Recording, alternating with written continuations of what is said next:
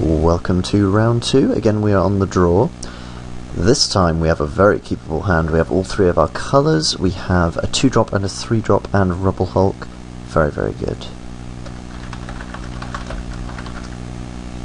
Our opponent is keeping, and we will too.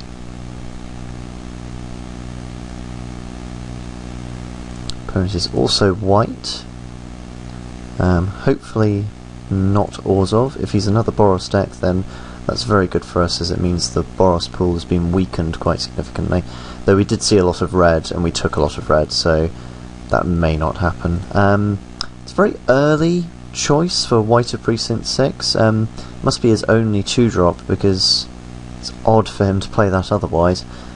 I guess he could be baiting the removal spell. He could have Devour Flesh, but I'd be fine with that. I would happily gain 2, then take 2, basically time walks him and removes a important removal spell from his hand.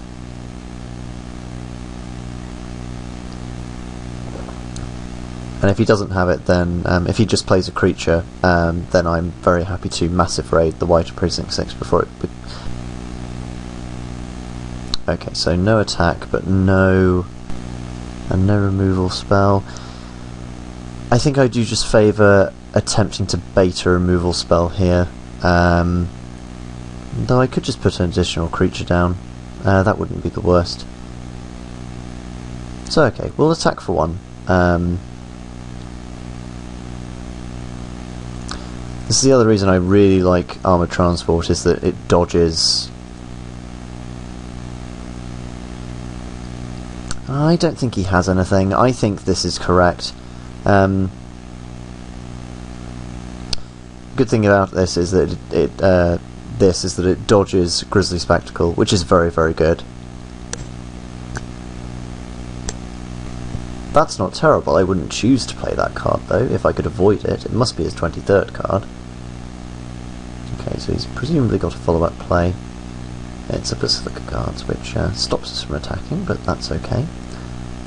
We will... I'm very tempted to... I was going to say I'm very tempted to run that into it and get in, just kill it with Rubble Hulk, but actually I think I just want to play Rubble Hulk because I'm going to be able to do that.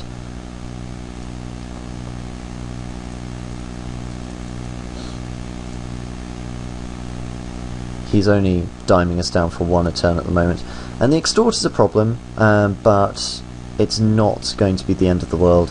He seems to be stuck on his land a little bit, which is good for us, certainly.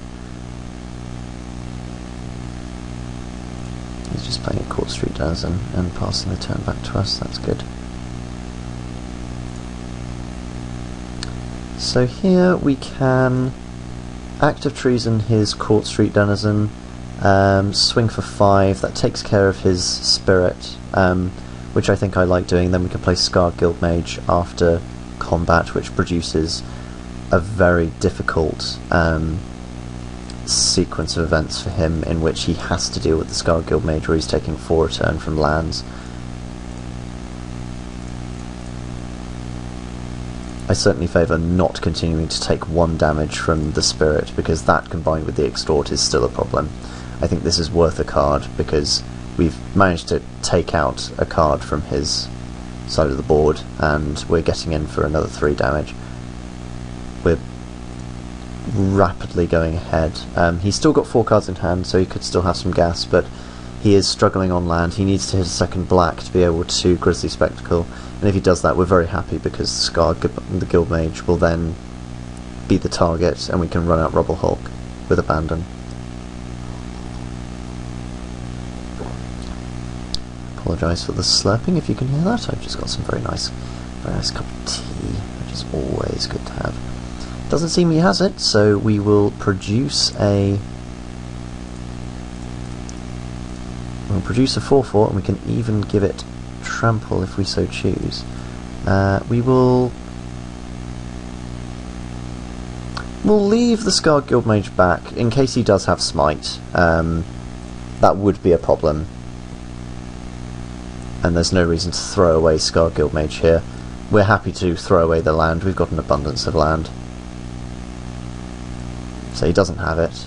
He's just taking 5 here, and we will pass the turn back. Very comfortable with how this is going at the moment. Next turn we can drop another land. Then we've got land and Rubble Hulk available. Rubble Hulk may just be the win condition. He's stuck on land to the point where he can Killing Glare for 2, which would be a problem, though not on the land, so I'm happy to do that. Let's make this forest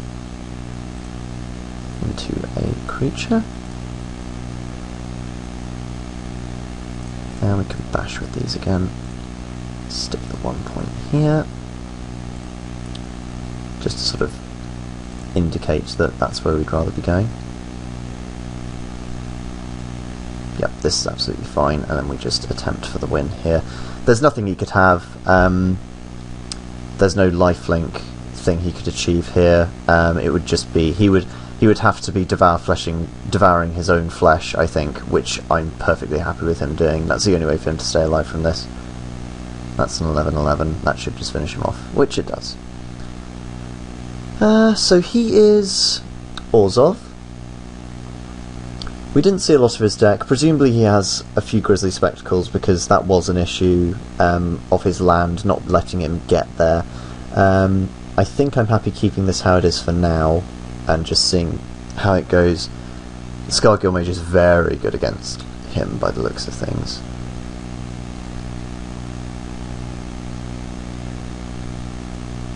And lo and behold, we have the Scar Guildmage, and we have an excellent curve here. We've got Firemade Avenger. There is no reason to mulligan this hand. This is superb. With all 3 of our colours, we do need a second red source to be able to cast Firemade Avenger, but this is fine. And we get a removal spell. That's just excellent. Well, F8, there we go.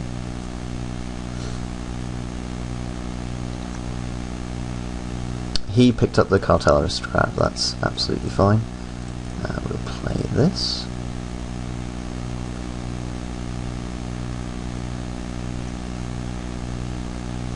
I'm happy to take 2, yeah, and he knows that I'm happy to take 2, so we'll carry on not taking any damage. Basilicus Creature, that is a creature I will want to get rid of, I believe. We will swing for 2.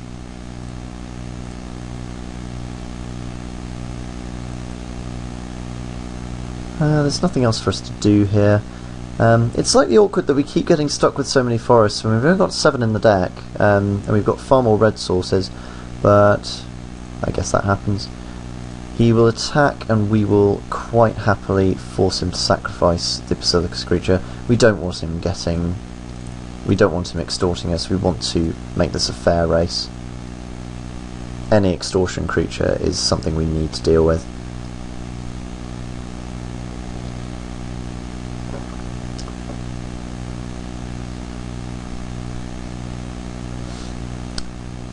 A mountain off the top here would of course be ideal. It's exactly what we would want.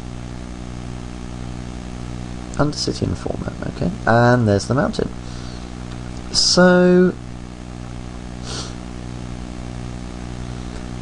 we can just make 4/4s all day. And we have removal. We have such a strong hand here. There's no reason not to play the Firemade Avenger now, I believe. We can then do as we see fit. We can make a land and bash. We can do any number of things. This will attract his removal more than the Guildmage, but the Guildmage will be the thing that probably kills him. So we will happily drop this. Hello, we're Naya, and we have nice foil Firemade Avengers.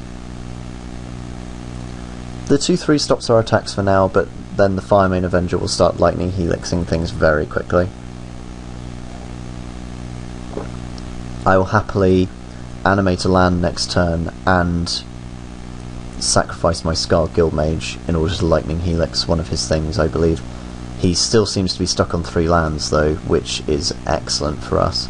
He's just not hitting that 4th land, and he's not being able to capitalise on his removal, which he must have in hand.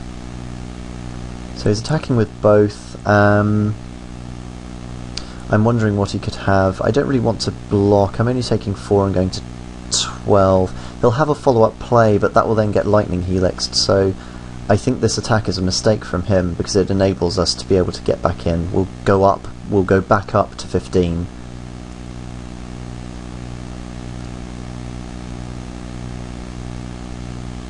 Blind Obedience. That's absolutely fine.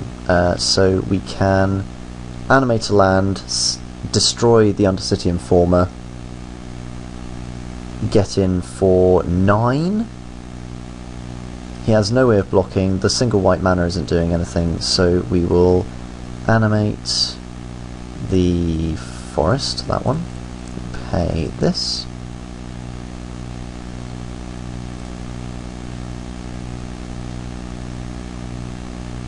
It's artifacts and creatures, yeah.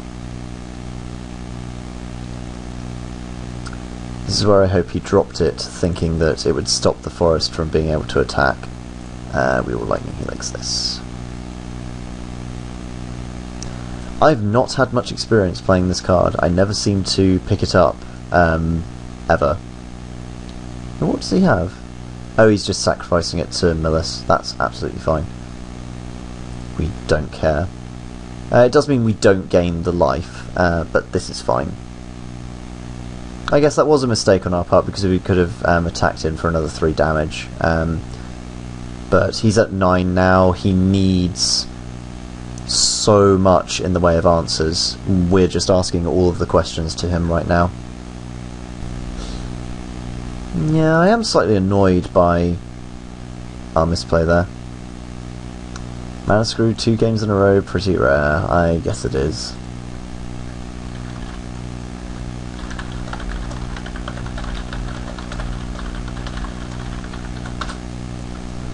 It is a shame. He must be missing that second swamp, because that would be...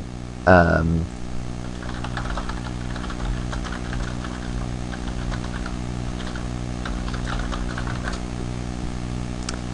just going to ask, because there's no reason not to. He is dead here. He must have Grizzly Spectacle. I'm sure he does. Let's just animate this again, and presumably just go for the win, I think. Take him down to 6. He can block in a way which means he doesn't die.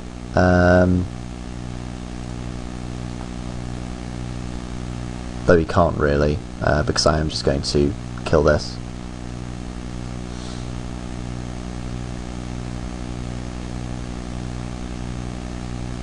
If he has Killing Glare, he has to do it now.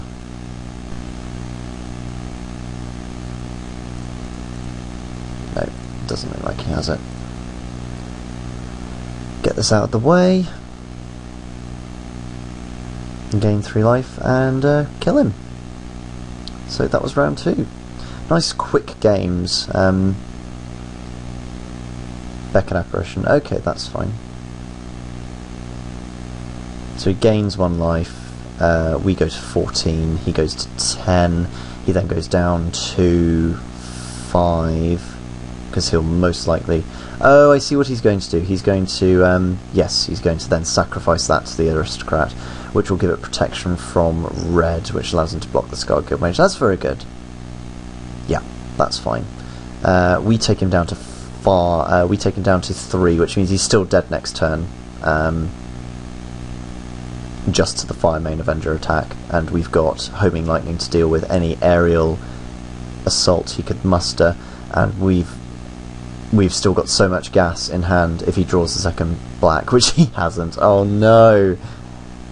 Oh, that's terrible. So if he taps out here, we are very happy. If he doesn't, then we just attack and Scorchwalker the Fire Main Avenger, which will get it out of Killing Glare range.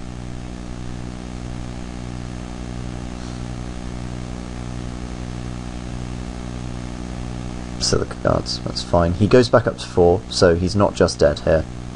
I tell a lie, of course he's dead. We've got Scorchwalker and he's tapped out.